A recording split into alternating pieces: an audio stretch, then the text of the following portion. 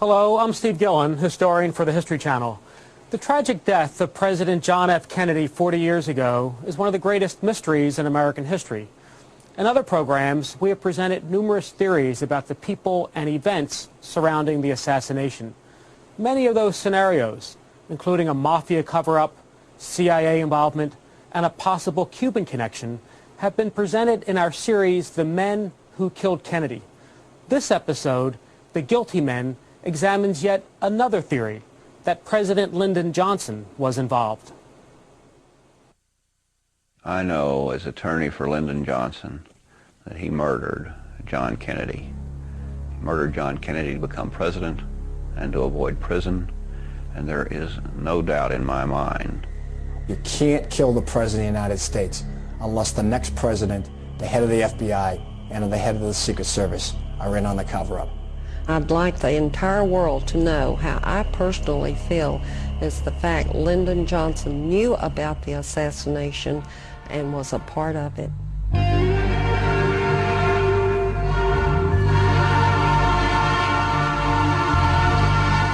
Deep in the heart of Texas lie buried some of the darkest and most well-kept secrets that tell us who killed John F. Kennedy in Dallas on November 22, 1963, and why.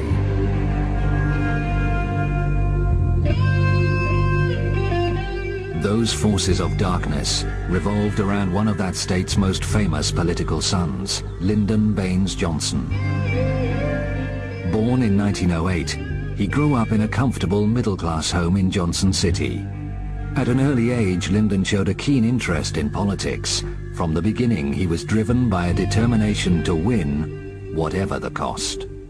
In a word, he was ruthless. There wasn't anything he wouldn't do to get what he wanted, regardless of what it was. And probably the best example would be in 1948 when he was running for the Senate. And he was running against a man named Coke Stevenson. And the election was very, very close, a very small number of votes, which forced a recount. And once they did the recount, they found out a 201 vote error in a little place called Alice, Texas. And eventually they found out that the 201 votes had been added. 1 for Stevenson, 200 for LBJ. As a result, he won by 87 votes, and he was nicknamed Landslide Lyndon. But the real name, the name used in the backwards that didn't appear in the newspapers, was Lion Lyndon. And that stuck with him the rest of his life. That rigged ballot became the template for a political career based on bribery and corruption. The full extent of Johnson's criminal activity only began to unravel 11 years after his death. In 1984, at this courthouse in Franklin, Texas, a former Johnson business associate, Billy Celestes, appeared before a grand jury. According to Billy Celestes, there were 8 murders perpetrated on the part of Lyndon Johnson. The first name was a man named Douglas Kinzer. That was followed by a number of men involved in Estes businesses who were corrupt, and they were all killed with carbon monoxide. Josepha Johnson's name is listed on this Justice Department document. That's Lyndon Johnson's sister. So Estes is accusing the Vice President of the United States of murdering his own sister. And the 8th name listed is the President of the United States, John F. Kennedy. And then there is a promise of knowing more. And if Billy Celestes is telling the truth, and there is every reason to believe he is, it gives you an idea of the depth of the corruption and the ruthlessness of Lyndon Johnson. According to Estes' written testimony, that murderous cycle began in 1951 in Austin, Texas, at this downtown golf course known as Butler's Pitch and Putt. The killer was a Johnson henchman called Malcolm Wallace. Malcolm Wallace was born and raised in Texas. He was Texas bred, Texas educated, a very intelligent man. And when he graduated from the University of Texas, he was evidently recruited by Lyndon Johnson, and he was given a job at the Federal Department of Agriculture. John Douglas Kinzer, the golf pro at Butler's Pitch and Putt, was having an affair with Wallace's wife and with Lyndon Johnson's sister. Lyndon Johnson's sister, Josepha, was an alcoholic. She was a drug user. She was sexually promiscuous. She had loose lips. And who knows what she might tell Kinzer or others about Lyndon Johnson's political shenanigans. Malcolm Wallace walked into the pitch and putt golf course in Austin, Texas, and shot to death in cold blood John Douglas Kinza. Kinza died here for his indiscretions. Wallace was soon arrested and went on trial in Austin 3 months later. First-degree murder, open and shut case. He gets a lawyer, known as a Lyndon Johnson lawyer. So Lyndon Johnson is going to do his best to get his friend out of hot water. During that trial, Lyndon Johnson took a room at a local hotel, and the 10 days that that trial was going, constantly sent runners from the hotel to the courthouse to bring him word of what was going on during the trial. So he followed the pulse of the trial very, very carefully.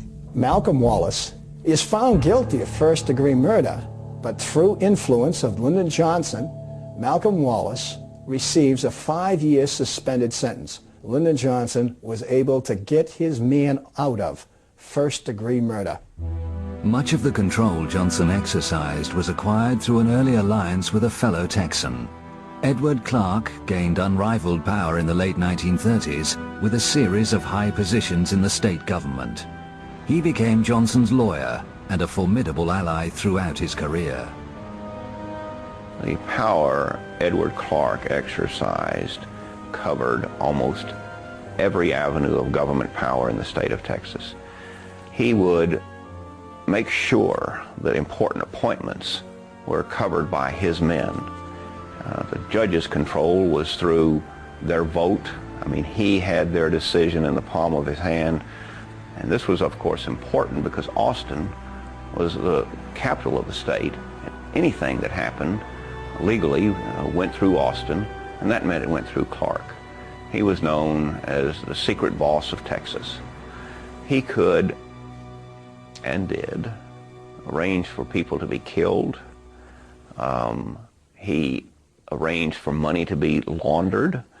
He had that control. This building in downtown Austin became the headquarters of Edward Clark's all-powerful law firm. Barr McClellan was recruited as a young lawyer in 1966, 3 years after the assassination, unaware of the dark secrets hidden within.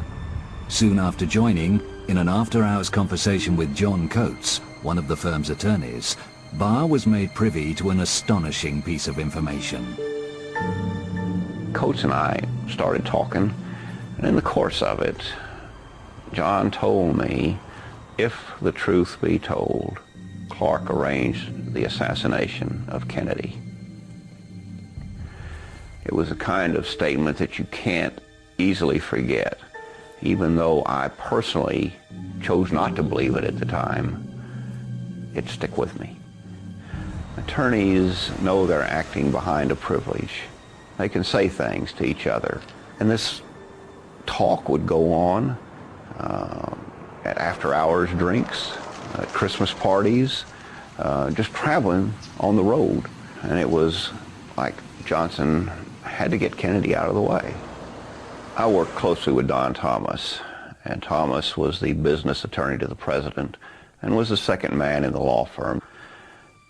Thomas and I did a number of cases together, and we traveled the state because he did not fly.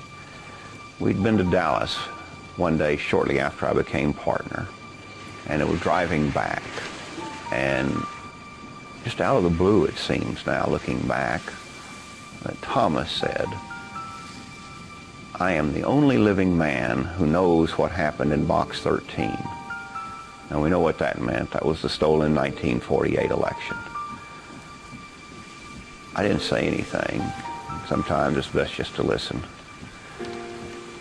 And then he looked away and added, but Clark took care of things in Dallas. At that point, what I'd been hearing in the law firm, what John Coates had first told me, I knew was true, because this came from a man that was Johnson's business attorney, one of Johnson's most trusted confidants, a man who worked very closely with Johnson during his maturing years, his growing up years, so to speak, and as president.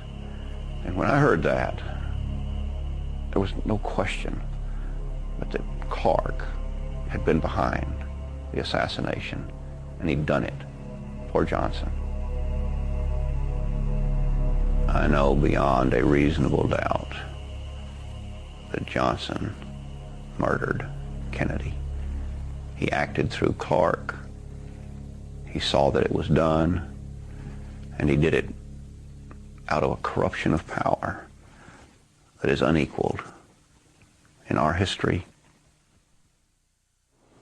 You've been watching The Men Who Killed Kennedy, The Guilty Men, a program which presents just one of the many theories about the assassination of John F. Kennedy. After becoming a senator in 1948, Johnson developed an unrivaled power base in Washington, using his forceful personality, political skills, and corruption. He established himself as one of the most influential men in the nation, but as vice president to Kennedy, he lost much of that authority. By 1961, his past was catching up with him. In Texas, Henry Marshall, a local agricultural official, had begun investigating one of Johnson's illegal sources of funding. Working out of these offices in Bryan, Texas, Marshall had become aware of Billy Solesti's misappropriation of federal cotton allotment funds. Attempts to buy off Marshall had failed, and his investigations were beginning to threaten the vice president himself. Billy Solestes became worried, Lyndon Johnson became worried, and some of them got together and decided, what are we going to do with Henry Marshall? So on one particular day, according to Billy Solestes, Cliff Carter, an aide to Lyndon Johnson, the vice president of the United States, and Malcolm Wallace got together. And finally, Lyndon made the statement, get rid of him. On June the 3rd, 1961, Henry Marshall failed to return home. An extensive search was made of the family farm near Franklin, Texas. His only son, Don, was 11 years old at the time and remembers that day well. My uncle found him on the second attempt when he went out to the place. He was in a very remote location, probably about 3/4 of a mile off the road. My mother had this stone placed here in order to mark the spot. The truck had blood around the sides of it. The side on the passenger side had a dent in the fender behind the passenger door, and that's apparently where my father's head was knocked into the side of the truck, and he had his eye damaged at that point. There were a number of yopon bushes that had been broken, and the gun was laying beside the body, and pretty much nothing else could be seen except signs of a struggle. Local officials immediately ruled it a suicide, despite overwhelming evidence to the contrary. He had been shot 5 times with a bolt-action rifle. He had enough carbon monoxide in his lungs to cause him to pass out at the time he died. There was no effort made to collect any evidence or preserve the crime scene. They had pretty much determined in their minds that this was going to be a suicide. When Billy Solestes testified before the grand jury in Franklin, he implicated Cliff Carter and Malcolm Wallace as the people that were most involved in my father's murder. Wallace being the trigger man and Cliff Carter being the one who arranged for the murder. I'm firmly convinced that Malcolm Wallace was the killer of my father. Who that would have aided, probably political power behind everything. Johnson would have been aided more than anyone else. The grand jury concluded Henry Marshall in 1961 was murdered, which means in simple language that the grand jury believed Billy Solestes when he told them that Lyndon Johnson had ordered Malcolm Wallace to kill Henry Marshall. But Johnson's dark dealings were not confined to Texas. In late summer 1963, one of his long-term partners in crime was about to be exposed for corruption by a Senate investigation.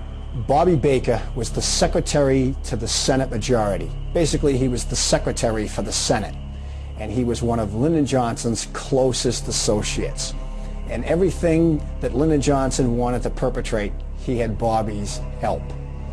Essentially, if somebody wanted to get a military contract and they wanted influence of Lyndon Johnson to help them, they had to pay off Bobby Baker, who would then pay off Lyndon Johnson. It's the world of bribes. Bobby Baker was involved in a call girl service. He was involved in real estate scams. He was involved in dealings with organized crime. He was in dealings with oil men, particularly Clint Murchison, an oil millionaire from Texas. So as a result of all this, Bobby Baker was in big trouble. And with a little bit of inspiration on the part of the Kennedys, if they could get Bobby Baker to talk, Lyndon was all done. Lyndon Baines Johnson, if Robert Kennedy had his way, would not only not be on the 1964 ticket as the vice presidential candidate, but he would go to jail for the corruption that he was involved with. Although Johnson faced political extinction at the hands of the Kennedys, he had powerful allies with their own agendas that threatened the president, as researcher Gregory Burnham explains.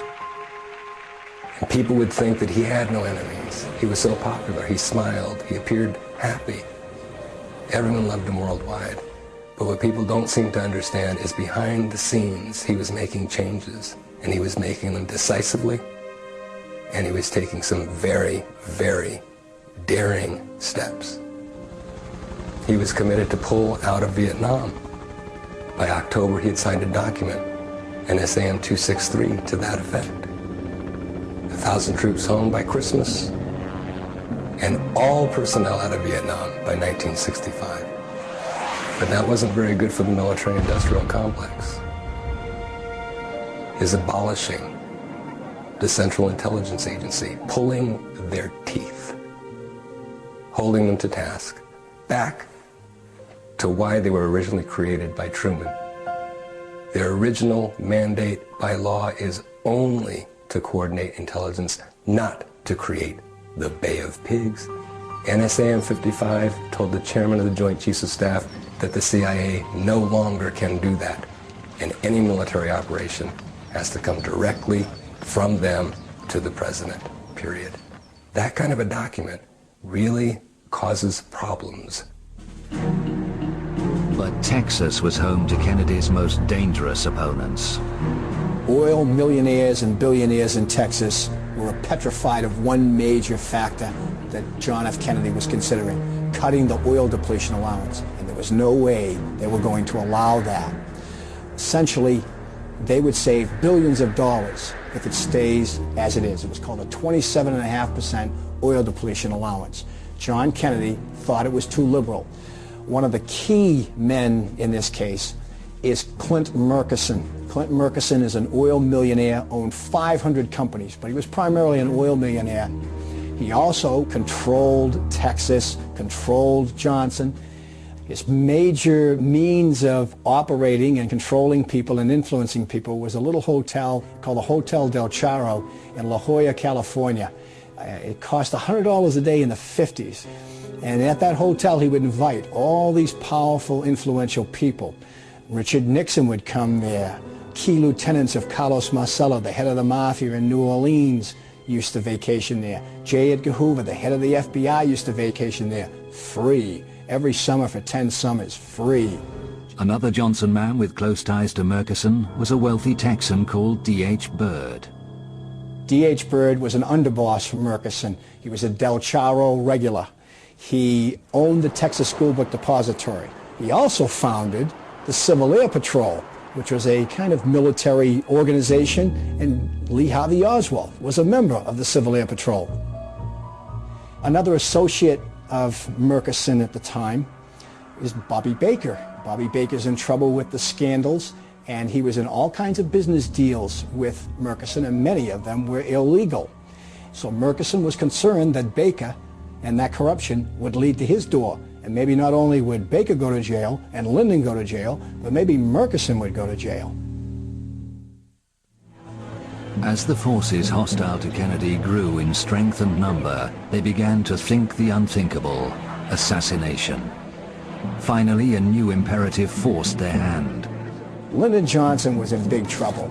The Bobby Baker scandal and the Billy Celeste scandal could destroy Lyndon Johnson's career.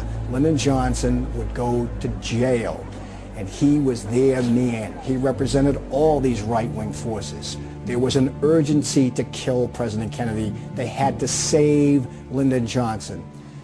The governor of Texas, first of all, is Lyndon Johnson's best friend in history. They went back decades together.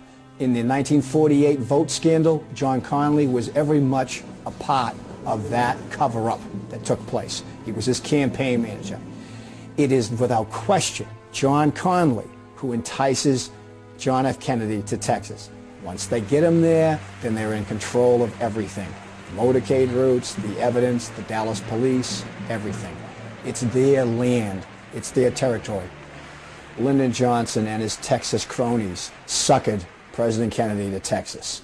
The late Madeleine Brown gained a unique insight into Johnson's role in Kennedy's assassination.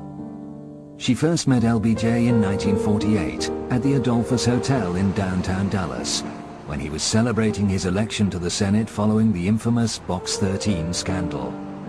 I went, I was very young, and it was wonderful. Our relationship developed immediately. Lyndon gave another campaign party in Austin. It was 3 weeks after I met him at the Adolphus, and it was scheduled at the Driscoll Hotel. And, oh, it was so great to see him. I mean, for 3 weeks I had thought about him and how wonderful it was. We were dancing that night, and he says, I'll see you upstairs. And he put a key in my hand. I still have that key. It was exciting. I felt naughty, but I felt good. I fell deeply in love with him. Yes, I did. I was just the other woman in his life, and my emotions are still the same for him as they were when I met him as a very young girl, but I'll always love him.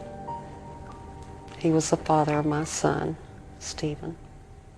That intimate relationship with Johnson continued for many years. Through him, she became familiar with the closed world of power politics in Texas. On the eve of Kennedy's assassination, she attended a party at this house in North Dallas, the family home of oil billionaire Clint Murchison Sr. There was an extraordinary guest list that night. We had H.L. Hunt, Murchison, Lyndon Johnson made an appearance. We had Hoover, we had Richard Nixon. They were the most influential people there. But I was under the impression that since J. Edgar Hoover was there, that it was to honor Hoover rather than anything else. When Lyndon came in, no one was expecting him. So when Lyndon arrived at Clint Murchison's, they all went into a conference room, and you could just feel the atmosphere. And when Lyndon came out, I was, of course, happy to see him. I did not know that he was going to be there. And he whispered in my ear at that time, "Those blank-de-blank Kennedys will never embarrass me again. That's no threat, that's a promise." So he departed. The party rapidly broke up after Lyndon departed. A seamstress and companion, May Newman, provides confirmation that this party took place at the Murchison family home on the eve of the assassination. She lived and worked in another Murchison house in Dallas for Virginia, Clint Sr.'s second wife. She speaks here for the first time. I started working for Virginia Murchison in 1962 until her death in 1997, approximately 36 years. I remember well the night before the assassination. I worked with a man called Jewel Pfeiffer, black man, which was Virginia Murchison's chauffeur. He got a call from her stepson, John, at the big house. They were having a big party for a very special guest that was coming from Washington to go to the party by the name of Bulldog, which I found out later was J. Edgar Hoover. And he said he was very excited about doing this, going on this trip out to the airport to take this special guest to a very special party, big party. And I asked him when he came back if he got a good tip, And he said no, and he was very, very upset. He had to go back that night to take J. Edgar Hoover to the airport to go back to Washington. And he still didn't get a tip. Further verification of Hoover's presence in Dallas on the eve of the assassination came from a friend of May's who worked at the Murchison family home. Beulah May Holman, she was the cook at John and Lupe's house, and she wanted me to go help her that night, which I didn't, but I knew she told me she was cooking quail, and I wanted the recipe, so she gave it to me. She said that it was a very important guest by the name of J. Edgar Hoover that was coming in, and I should go out and help her so I could get to meet him. If it was a film star, I probably would have gone, but I didn't know who he was. No, not at that time. Early the next morning, only a few hours before the assassination, Madeleine received a phone call from Johnson, who was back in Fort Worth with Kennedy. Lyndon called me from the Texas hotel, and he was still irate. I said, Lyndon, about last night, and he went to cursing. He used foul language all the time, and he said, those Kennedys, he repeated, they will never embarrass me again. That's no threat, that's a promise. And I'd like the entire world to know how I personally feel is the fact Lyndon Johnson knew about the assassination and was a part of it. Dallas was to become forever linked with the murder of the president. But the rich and powerful men who had met in secret the night before had everything to gain from his death. LBJ was fearful of a long prison sentence, J. Edgar Hoover of losing his job, and the oil men of losing millions of dollars. When the shots rang out on Elm Street the next day, those problems were solved. The shock of Kennedy's assassination and its brutality reverberated around the world, but not everyone was grieving. The mood in the Murchison family home was very joyous and happy for a whole week after, like champagne and caviar flew every day of the week. But I was the only one in that household at the time that felt any grief for his assassination. After the president's murder, Hoover had absolute control of the cover-up. All the physical evidence relating to the crime was swiftly removed to Washington. From the beginning, Oswald was promoted as the lone nut assassin, but in LBJ's home state, tongues were wagging. I met Lyndon on New Year's Eve at the Driscoll Hotel in Austin. And the people in Dallas, I mean, everyone was talking about Lyndon Johnson was the cause of the assassination, and it made my heart very heavy. I just couldn't believe that he could be a part of something so bad. So I confronted Lyndon. I said, Lyndon, you've got to tell me, were you part of the assassination? And of course he had a high temper fit, hit the wall, and he was very irate and angry. And he said, no, I was not, but the oil people, or he called them the fat cats of Texas that I knew, and the intelligence was the cause of the assassination.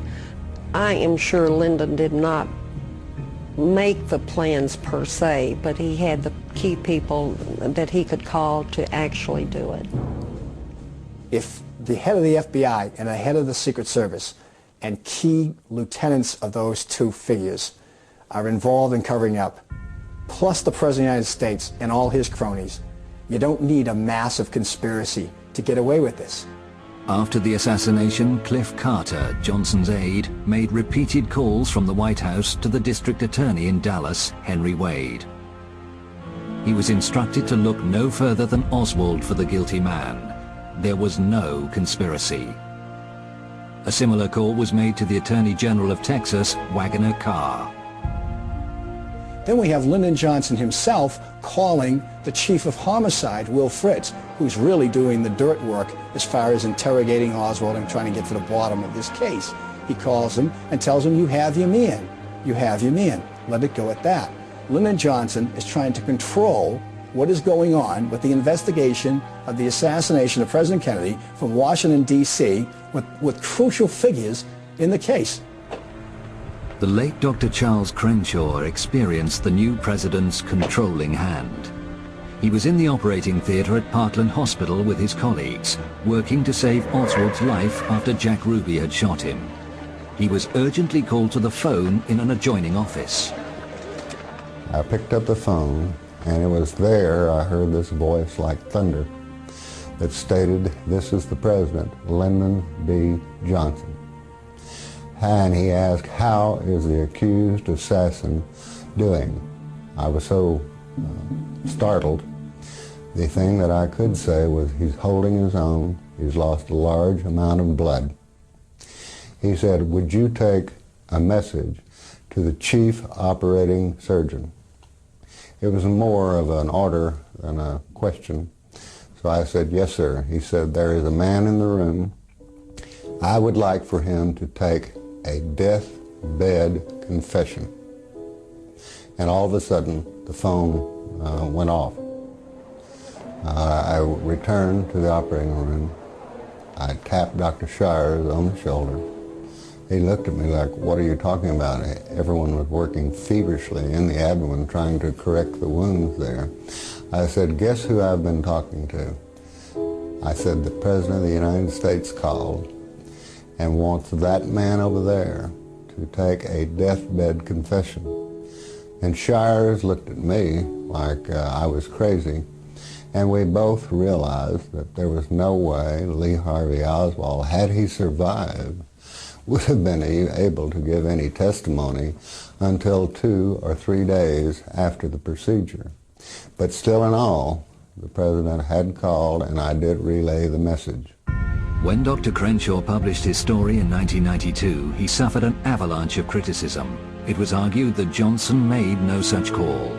Crenshaw's critics were proved wrong by a former chief switchboard operator at Parkland Hospital, Phyllis Bartlett. The call came in and said, "Hold the line for the president." And for a second, I couldn't, I was still thinking Kennedy, and I was kind of taken back for a minute, and then in a few seconds, it was just a matter of a second, he came on in a loud voice. He said, "This is Lyndon Johnson. Connect me to the accused assassin's doctor."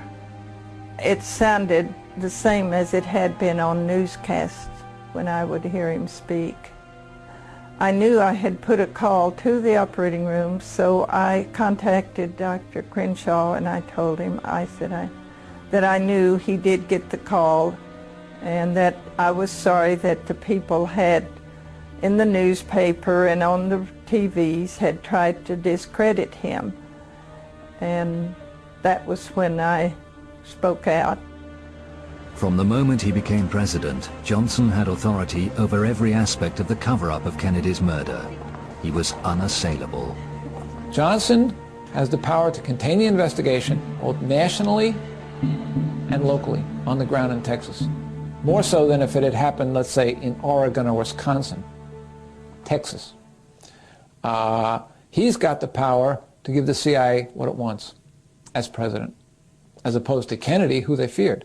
He's got the power to take the National Security Action Memorandum that Kennedy had signed in November of 1963, tear it up, reverse it, and create a war where 3 million soldiers wound up going to Vietnam instead of 16,000 being brought home by JFK. He can make J. Edgar Hoover director of the FBI for life. He's the man in the middle.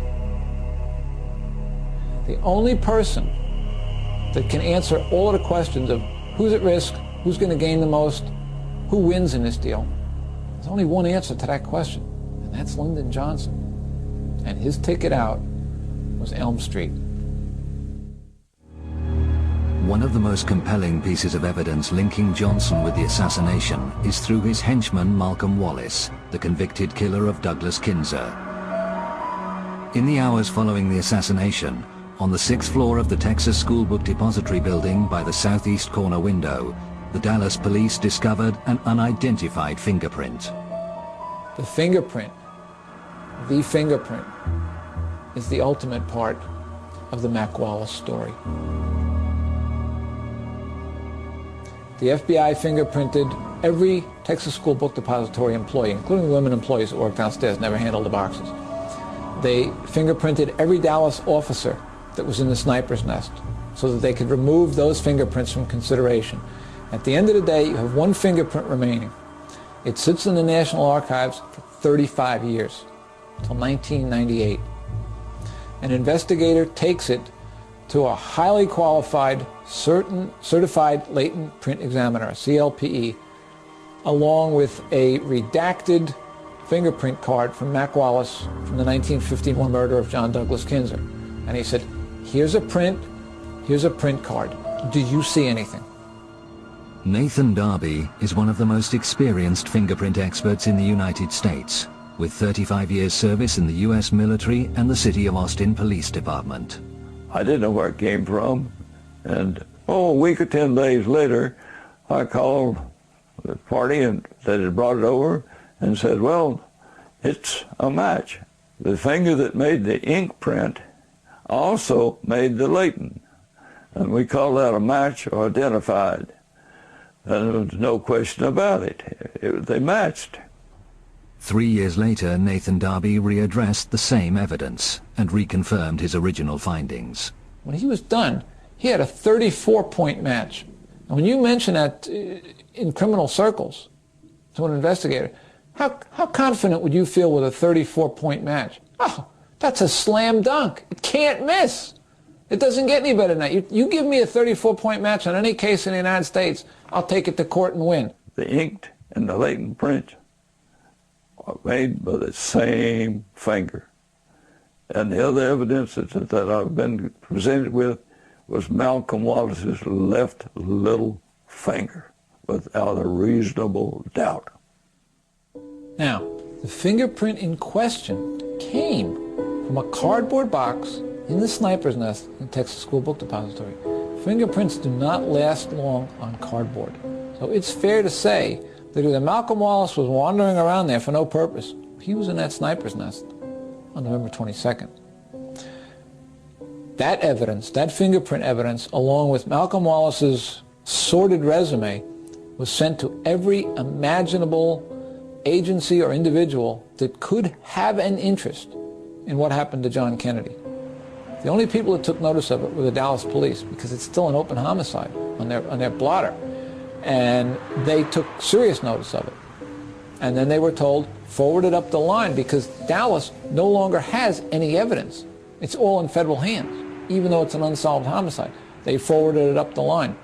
And it took 18 months for the FBI to say verbally, no, it's not a match.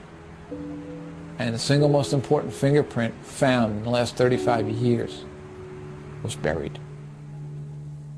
I don't know why they couldn't say that the thing didn't match. It did match. There's no question about it. My experience, I've just had too much experience. I know what I'm talking about. I'm positive. No question about it. My dying declaration, if I was to drop dead right now, they match. It's still the big lie. It's unknown. It's unidentified. No, it's identified. It's Malcolm Wallace, and he's linked to Estes, Carter, and Lyndon B. Johnson directly. According to the official record, Malcolm Wallace died in a single car accident on this lonely stretch of Texas highway on the night of January 7th, 1971. There were no witnesses. His body was taken to a local hospital where he was pronounced dead. He was buried here close to other family members. 8 months later, another key member of LBJ's inner circle, presidential aide Cliff Carter, died unexpectedly. But shortly before his death, he met with Billy Solestes. They discuss all these murders that Cliff Carter is knowledgeable about. Now, Billy knows about some of them, but Cliff knows about more, and he fills him in on all the details. Malcolm Wallace being a central figure in most of these murders. And there were over 17 murders that Carter tells Estes about. And he actually tells Estes that he fears for his own life. And within 2 days' time, he's dead. Johnson's attorney, Edward Clark, was one person who prospered. But when LBJ was brought low by the Vietnam War and decided not to run for a second term, Clark felt shortchanged for his role in the assassination, according to his legal partner, Barr McClellan. He expected $8 million spread over 8 years, over the 2 terms Johnson was to serve. When those terms were cut short by Johnson's sudden and unexpected resignation, Clark was $4 million short. He was not a man to be denied. When he had done a service, he was going to be paid. Planning ahead, he went to Big Oil and Big D, went to Clint Murchison to say, look, I've done y'all a great service. I deserve more. I'm going to get it. Murchison agreed with him and suggested he file for a well in the middle of the Great East Texas oil field. He called me in as his personal attorney to make the first bid for getting that money, and he was not successful in getting $4 million, but he got his $2 million. So when all was said and done, Clark realized $6 million for the assassination of John Kennedy. Barr McClellan believes documentary proof of these dark deeds lies in the Johnson-Clark legal records. For many years they were kept in a high-security area above the Clark offices, known as the Penthouse. Any of us attorneys could get into the general area, but the secret area, the Johnson area, was locked off, accessible to no one. I have a strong belief that there are substantial records somewhere that show this conspiracy and its both evolution, its execution, and its cover-up. But I don't know where they'd be. We need to see them. Johnson was ultimately consumed by the high office he had so unscrupulously striven for. A broken man, he retreated to his Texas ranch, where his lawyers were to secretly summon a psychiatrist to deal with his deepening depression. An immediate concern at the law firm was that he would say too much. The $1 million was available to the psychiatrist to keep anything from coming out. The one reason for all these protections was the greatest demon that was dogging Johnson at the time, and that was the assassination of John Kennedy and the role he played in it. We had to keep it covered up, and for sure we had to keep the psychiatrist muzzled, and we did. But if any one set of records needs to be produced, the psychiatric records should be disclosed to the American public, because they will, I am confident, disclose his role in the assassination. Only 4 years after leaving office, Johnson died. But there are those living who are still afraid to come forward to tell what they know about the guilty men. People are afraid of him dead. He's been dead since 1973, and his shadow still casts fear in this country, especially in Texas. Undaunted, across the nation, the questioning voice of the American people will not be silenced. An overwhelming majority refuse to accept their government's version of what happened in Dallas on November the 22nd, 1963. There's no statute of limitations on murder.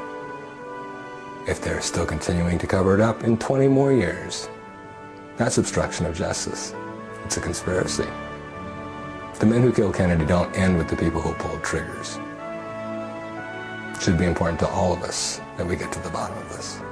Just as John Kennedy's car took an incredible turn when it went onto Elm Street, 300 feet later, our form of government, our way of life, our way of respecting our government, our way of being respected by our government, took that same kind of bizarre wide turn, and we haven't gotten back on the straight and narrow yet. The Kennedy assassination was the end of faith in government. And so it's up to the little man to fight the odds. Davy Crockett, Sisyphus pushing his rock. Someone has to keep fighting the odds. And even though you know the chances are that you're never going to get a resolution to what you're fighting for, you have to fight for it anyway. Just the principle of justice. Just the principles of American democracy. Don't give up. Keep fighting. This episode has presented one viewpoint. We have also presented many other theories in numerous programs. For the History Channel, I'm Steve Gillen.